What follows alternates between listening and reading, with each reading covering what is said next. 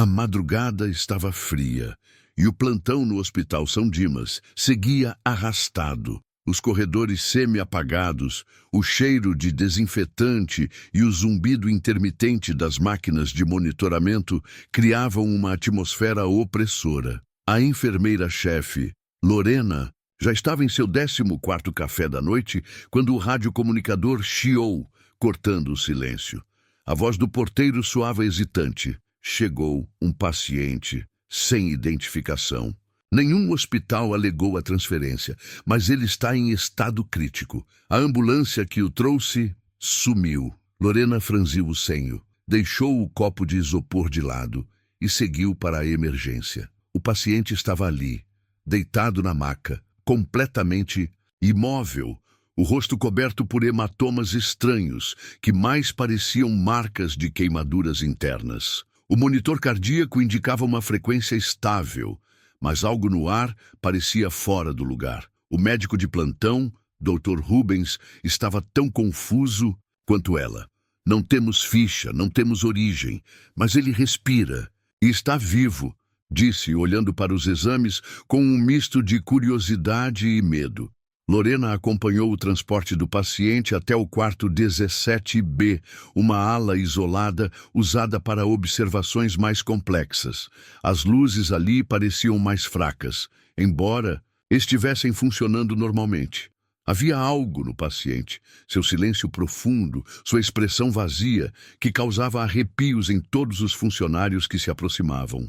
Enquanto conectavam os aparelhos, Lorena percebeu que o eletroencefalograma apresentava uma atividade incomum, ondas cerebrais tão intensas que se assemelhavam a picos de um surto epiléptico, mas o corpo dele permanecia imóvel, calmo, como se ele estivesse sonhando intensamente, comentou Rubens. Mas o que ninguém percebia naquele momento era que, nas frestas da porta, nas janelas do corredor e até nos refletores de emergência, pequenas falhas começavam a surgir, como se algo estivesse interferindo. Naquela noite, 3 pacientes da ala vizinha relataram o mesmo pesadelo. Estavam presos em um corredor branco, com uma figura de olhos vazios os observando do teto. Um deles, um idoso com Alzheimer, repetia incessantemente: "Ele chegou, o primeiro de muitos." Lorena, intrigada, tentou ignorar os relatos como coincidência, mas algo dentro dela lhe dizia que havia uma conexão. Ela voltou ao quarto, 17B, e se debruçou sobre o paciente. Sua pele agora estava mais pálida, quase translúcida, e as veias visíveis em seu pescoço pareciam formar padrões simétricos, como se desenhassem algum símbolo antigo. O monitor cardíaco acelerou por um breve momento, e Lorena viu com clareza o paciente abrir os olhos. Olhos completamente brancos, sem pupilas. Ele murmurou algo inaudível, mas ela entendeu. Ou pensou que entendeu. "Você também vai ouvir", foi o que pareceu ouvir dentro da cabeça, como um eco interior que não vinha de fora. Lorena deu um passo para trás, instintivamente. O paciente voltou a fechar os olhos e caiu em silêncio novamente. O monitor estabilizou. Ela olhou ao redor. A luz oscilava e o som do ar-condicionado parecia mais alto que o normal, como se cada som tivesse ganhado uma densidade incomum. Na central de enfermagem, os arquivos do paciente haviam desaparecido do sistema. Nenhum dado registrado.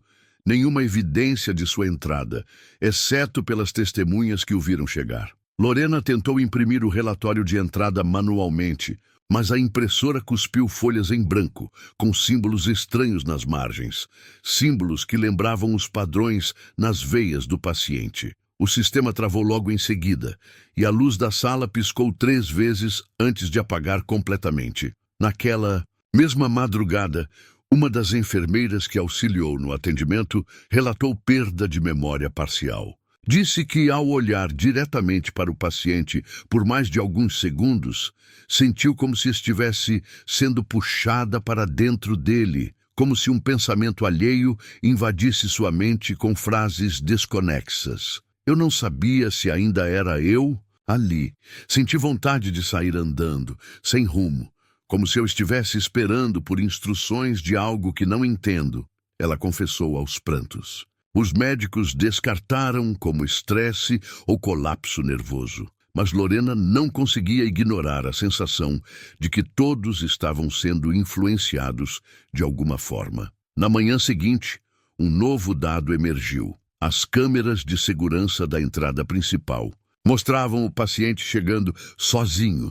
Nenhuma ambulância, nenhuma maca sendo empurrada. Ele simplesmente apareceu nos degraus do hospital, como se tivesse caminhado até ali. No vídeo, ele olhava diretamente para a câmera por 7 segundos antes de desmaiar. O tempo do vídeo, curiosamente, desapareceu.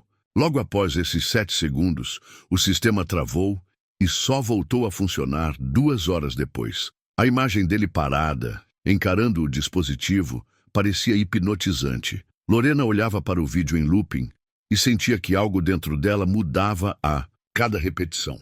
A diretoria do hospital iniciou uma investigação, mas sem registros, sem identificação e com as câmeras comprometidas, pouco puderam fazer. O paciente continuava desacordado, mas seu cérebro permanecia ativo, e os relatos de estranhezas pelos corredores do hospital aumentavam a cada hora. Murmúrios nas paredes, reflexos que não correspondiam aos movimentos. Pessoas que juravam ter visto versões de si mesmas caminhando no final do corredor. E tudo isso começou desde que ele chegou. Lorena já não sabia se estava realmente acordada, mas algo era certo. Aquele homem, seja lá o que fosse, não estava sozinho dentro de si. E todos que se aproximavam começavam a mudar. As horas que se seguiram à internação do homem sem identidade foram marcadas por um silêncio incômodo nos corredores do hospital. Helena, a enfermeira responsável por ele, começou a notar que não era apenas o paciente que exalava algo estranho. Era como se uma névoa densa e invisível pairasse ao redor do quarto 28, mudando o comportamento de todos que cruzavam aquela porta. Técnicos de enfermagem começaram a apresentar lapsos de memória. Uma das médicas do turno, doutora Marília, ficou parada por longos minutos diante da janela, murmurando algo que parecia ser uma sequência de números, como uma senha, esquecida ou uma coordenada sem sentido. O mais perturbador foi ver o zelador, um homem sorridente e tagarela, simplesmente caminhar até a sala de descanso e ficar encarando o nada por quase 1 hora, olhos arregalados, como se estivesse em transe. Quando Helena perguntou se ele estava bem, ele apenas disse: "Acordei, eu vi, ele está nos mostrando." Inicialmente, Helena tentou racionalizar os eventos. Cansaço, estresse, talvez um surto psicótico coletivo por conta do ambiente hospitalar e da presença daquele paciente tão incomum. Mas seu instinto dizia outra coisa. A cada visita ao quarto 28, ela sentia que o homem parecia um pouco mais consciente, ainda de olhos fechados, mas com uma expressão facial que mudava ligeiramente, como se ele estivesse ouvindo tudo, absorvendo cada palavra, cada pensamento.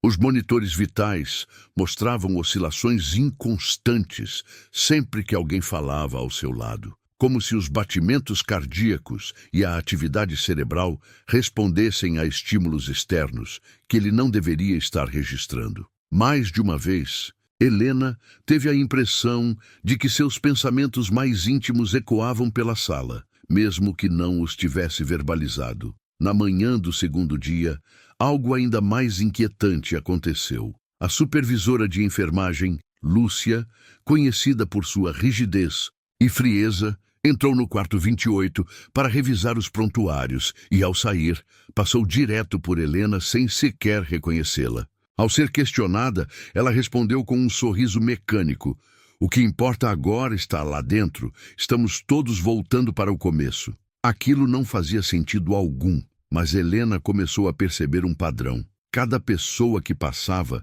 tempo prolongado com o paciente parecia deixar o quarto com um tipo de marcação, um olhar distante, frases desconexas, uma calmaria forçada que não combinava com o habitual tumulto da rotina hospitalar. Com o cair da noite, Helena se trancou na sala de equipamentos para revisar as gravações de segurança, já que o hospital havia instalado câmeras em todos os corredores e entradas após um recente caso de furto. Procurando por algo que justificasse as mudanças no comportamento da equipe, ela passou horas assistindo às imagens. E foi então que viu, às 03h16 da manhã anterior, o paciente, que deveria estar inconsciente, se sentou brevemente na maca, olhou diretamente para a câmera e murmurou algo. O áudio estava distorcido, mas ela conseguiu distinguir as palavras. Eles virão.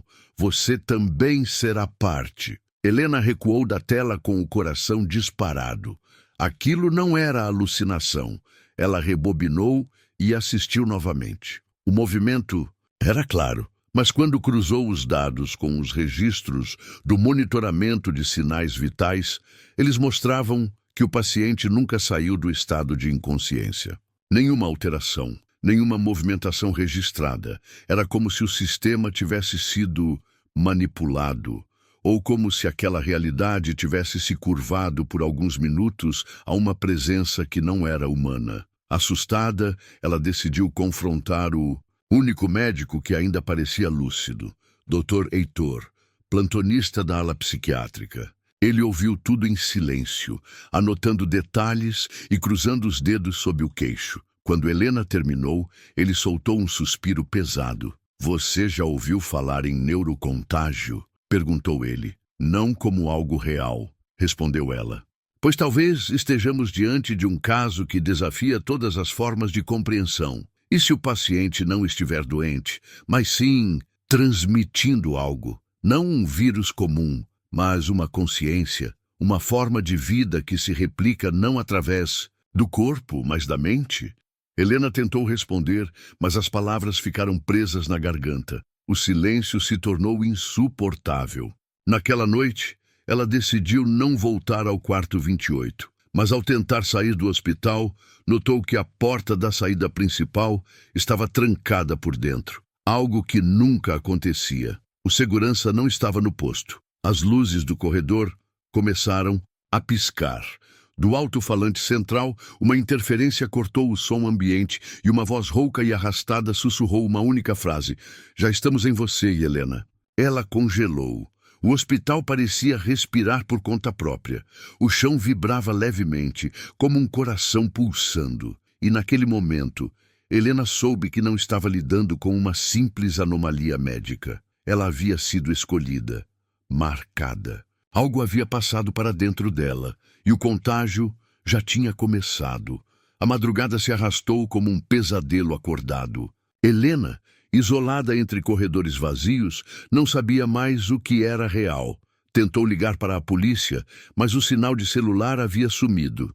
Os telefones internos só reproduziam um chiado constante, seguido por vozes distorcidas que sussurravam seu nome. Em cada tentativa de fuga, as luzes se apagavam. As câmeras do hospital, antes úteis para a segurança, agora exibiam imagens alteradas. Sombras atravessando paredes. Pacientes que não estavam mais internados perambulando pelos corredores e o quarto 28, sempre com a porta entreaberta, como um convite silencioso e ameaçador. Por volta das 4 da manhã, Helena procurou abrigo na enfermaria desativada do subsolo. Ali, o silêncio era tão espesso que parecia vibrar nos ossos. Ela encontrou antigos prontuários e começou a vasculhar os arquivos, desesperada por uma conexão com o que estava vivendo. Foi então que achou uma ficha médica que gelou seu sangue. Uma internação de 1987 de um paciente registrado como desconhecido, 0, com sintomas idênticos ao do atual ocupante do quarto 28. A ficha estava carcomida pelo tempo, mas legível. O suficiente para mostrar que aquele paciente também havia gerado comportamentos estranhos entre os funcionários do hospital. Surtos, alucinações coletivas, tentativas de suicídio. Ao final da ficha, um carimbo em letras vermelhas dizia: Transferido para local não revelado. Risco de contágio psíquico. Helena caiu sentada. Aquilo não era um simples caso médico. Era um evento cíclico, um padrão que se repetia. O paciente zero já havia estado ali antes, décadas atrás, e por alguma razão estava de volta. Talvez nunca tivesse ido. Embora de verdade, sentiu uma pontada aguda na nuca, como se algo a puxasse de dentro para fora. Quando levou a mão à pele, encontrou uma linha fina de sangue escorrendo do ouvido. Sua respiração acelerou, e foi então que ela ouviu, com clareza, uma voz. Dentro de sua mente. Não era um pensamento, era uma intrusão. O contágio não é doença, é revelação. Sem saber o que mais fazer, Helena decidiu encarar o que estivesse no quarto 28. Caminhou lentamente pelos corredores que agora pareciam mais estreitos e orgânicos, como se as paredes estivessem pulsando. Ao chegar em frente à porta, notou que havia marcas de mãos ensanguentadas na parede. A maçaneta estava quente. Quando entrou, encontrou o paciente sentado na maca, olhos abertos pela primeira vez, pupilas completamente brancas, um sorriso leve nos lábios. Ele não disse nada, mas Helena sentiu tudo. Uma onda de lembranças que não eram suas. Imagens de cidades antigas, cobertas por névoas negras, humanos caminhando como marionetes, suas consciências diluídas em uma única entidade ancestral que sussurrava através dos sonhos. Ela caiu de joelhos. O chão parecia girar, e o paciente falou, mas sem mover os lábios: "Você é a ponte. Através de você, despertaremos." Naquele instante, todas as luzes do hospital se apagaram. O prédio inteiro vibrou, como se estivesse sendo sacudido por algo profundo, vindo do centro da terra. Helena desmaiou. Quando acordou, já era manhã, mas o hospital estava normal. Funcionários circulavam, pacientes conversavam. Ninguém parecia lembrar do que havia acontecido. O quarto 28 estava trancado. Quando perguntou pelo paciente, disseram que nunca houve ninguém com as características que ela descrevia. Nem nos registros, nem nas câmeras, nada. Doutora Marília estava em casa, doente. Doutor Heitor havia pedido afastamento. O zelador não foi mais visto. Helena saiu andando lentamente. Lá fora, a cidade seguia seu ritmo, mas dentro dela, algo pulsava. Uma presença silenciosa, uma consciência coletiva, viva e faminta. Ela sabia que o contágio não havia acabado, apenas começado.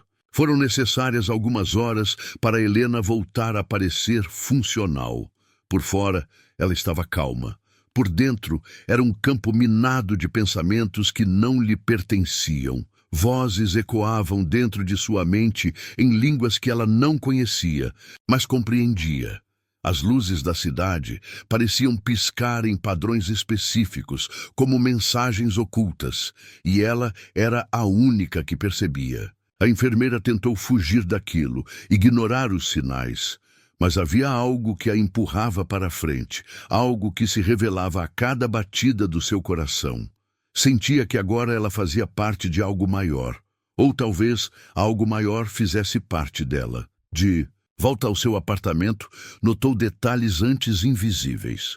No espelho do banheiro, seu reflexo piscava um segundo depois do seu próprio movimento. A água do chuveiro parecia correr mais devagar. Os ponteiros do relógio hesitavam, e nas paredes, sombras se alongavam mesmo sem luz por perto. Durante a noite, os sonhos voltaram com força, mas desta vez ela não era mais uma simples observadora.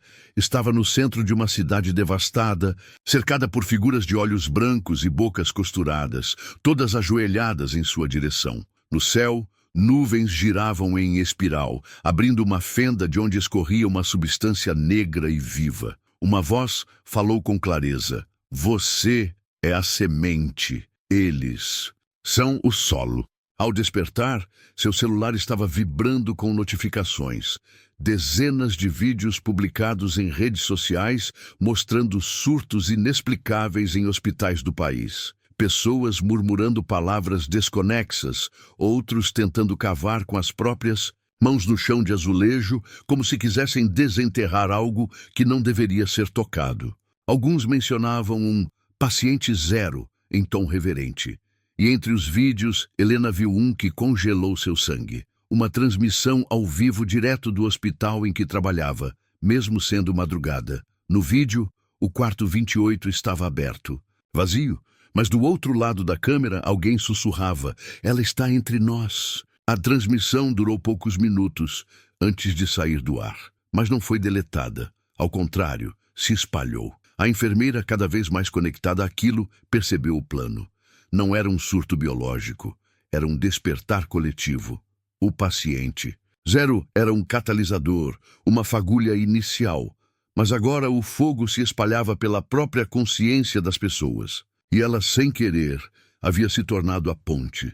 O rosto dela começou a surgir em relatos anônimos online, fóruns de mistério e vídeos de teorias da conspiração. Diziam que ela falava palavras estranhas em lugares públicos, que seus olhos refletiam imagens que não estavam ao seu redor. E havia boatos sobre pessoas que desmaiavam ao tocar nela. Ao tentar buscar apoio com antigos colegas do hospital, encontrou portas fechadas. Ninguém queria falar sobre o quarto 28. Muitos foram afastados, outros simplesmente desapareceram. Quando tentou retornar ao prédio, descobriu que havia sido fechado por tempo indeterminado após incidentes psiquiátricos em massa. O endereço sumira do site oficial, mas no local, uma coisa chamou a atenção: pichações no muro com símbolos que viu em seus sonhos, acompanhados da frase: "A mente é o novo vírus." Naquela noite, Helena decidiu gravar um vídeo de alerta. Sentou-se diante da câmera e começou a relatar tudo: o paciente, os sintomas, os surtos, as vozes, os sonhos.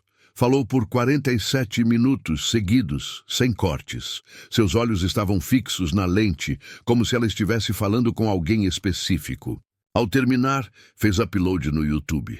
Em segundos o vídeo caiu, mas não antes de ser baixado e espalhado por outros canais. Helena sumiu no dia seguinte. A partir daí, começaram os relatos sobre despertares em massa. Pessoas relatando os mesmos sonhos em diferentes partes do mundo. Símbolos desenhados por crianças que nunca tinham tido contato com a história. Hospitais relatando pacientes com sintomas sem diagnóstico clínico. Cientistas chamando isso de psicose digital. Mas para aqueles que já estavam infectados, era algo maior. E assim, a consciência coletiva começava a ganhar forma. Se você gostou dessa história e quer mais relatos sombrios, não esqueça de deixar o like e se inscrever no canal O Lugubre. Ative as notificações para não perder nenhum mistério assustador. Comente aqui embaixo o que achou dessa história e quais temas você quer ver nos próximos vídeos. Confira os links na descrição para conteúdos exclusivos, recomendações e muito mais. Nos vemos no próximo relato, se você tiver coragem.